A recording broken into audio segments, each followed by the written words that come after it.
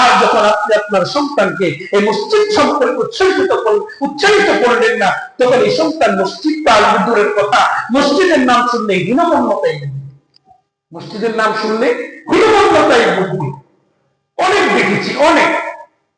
এই জন্য মসজিদের সাথে সন্তানকে পরিচয় করে দেওয়া, মসজিদের সাথে সন্তানকে পরিচিত করায় দেওয়া, মসজিদের সাথে ভালোবাসা পয়দা করায় দেওয়া, এটা বাবার কাজ, এটা নানার কাজ, এটা দাদার কাজ।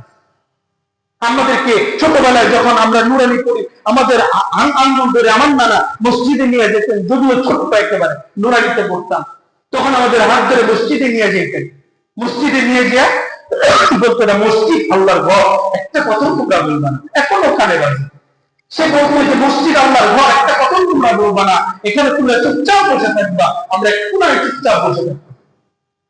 তো এইভাবে সন্তানকে গড়ে তোলা, মসজিদের ভালোবাসা, মসজিদে নিয়ে আসা, মসজিদকে সহযোগিতা করা, মসজিদকে দেখভাল করা, একটু পানি নেই পানি নিয়ে এসে দেওয়া, মসজিদের একটা কর্মরত নিজেই এটাকে ঠিক করা, কিসের এই মসজিদের দায়িত্ব, সবাই কমিটি, সবাই এখানকার দায়িত্বশীল, প্রত্যেকের জবাবদিহিতা আছে এখানে, প্রত্যেককেই আল্লাহর কাছে জবাবদিহিতা করতে হবে, কেউ আসতে পারবেন না। কমিটি তো একটা সিস্টেমগত হয়ে, একটা সিস্টেম হয়ে, যার মাধ্যমে এই সিস্টেমটা সুশৃঙ্খলভাবে, সুন্দরভাবে এটাকে মেনটেন করা যায়, মেনটেন করা হয়, এই জন্য না কমিটি। কিন্তু বাদবাকি কমিটি সবাই, বাদবাকি কমিটি, মসজিদের দায়িত্বের কমিটি সবাই, পুরো গ্রামবাসী মসজিদের কমিটি, পুরো গ্রামবাসী মসজিদের দায়িত্বে, পুরো গ্রামবাসীর দায়িত্বে মসজিদকে সুন্দর করা।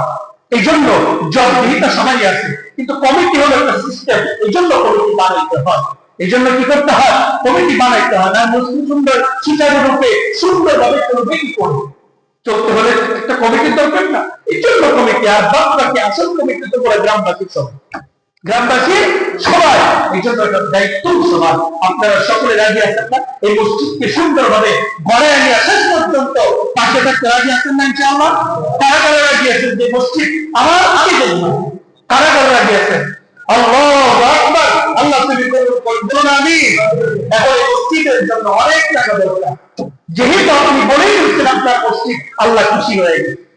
আপনি বিশ্বাস করেন আর না করেন, যখন বলতেন এই মসজিদ আমার, তখন আল্লাহ খুশি হয়ে গেছে। আল্লাহ পাক খুশি হয় আমাদের বান্দার দিলের উপরে নজর দেওয়া। বান্দার দিলের উপর নজর কখন দেয়? যখন আল্লাহ খুশি হয়। যখন কি হয়? খুশি হয়। আর যখন খুশি হয় না, তখন আল্লাহ তাকে ধমক দিতে থাকে। মান লাম ইয়ারযু বিকাযাই ওয়া লাম ইয়াশকুর লিআতাই ফায়াতলু রাব্বান সিওয়াহু। মনে ছিল আমার শুকরিয়া আদায় করবে না, আমার গুণকীর্তন গাইলে না, আমার তুমি তো আমাকে খুশি করার কোনো প্রয়োজন তুমি করবে না, যাও ফায়াতলু রাব্বান সিওয়াহু, আরেকটা আপনি যাও, আরেকটা আল্লাহ তুমি ধরে নাও, আমার তোমার রব দেখার দরকার নাই, যাও। আমরা অনেক সময় বলি না, সন্তানকে বলি না যে যা যা ঘরতে বাইরে, তুই কই যাবি, যা দেখবে আরো থাকতে পারো কিনা, আমার ওটা বাপ দেখার দরকার নেই, বলি না? রাগে বলি।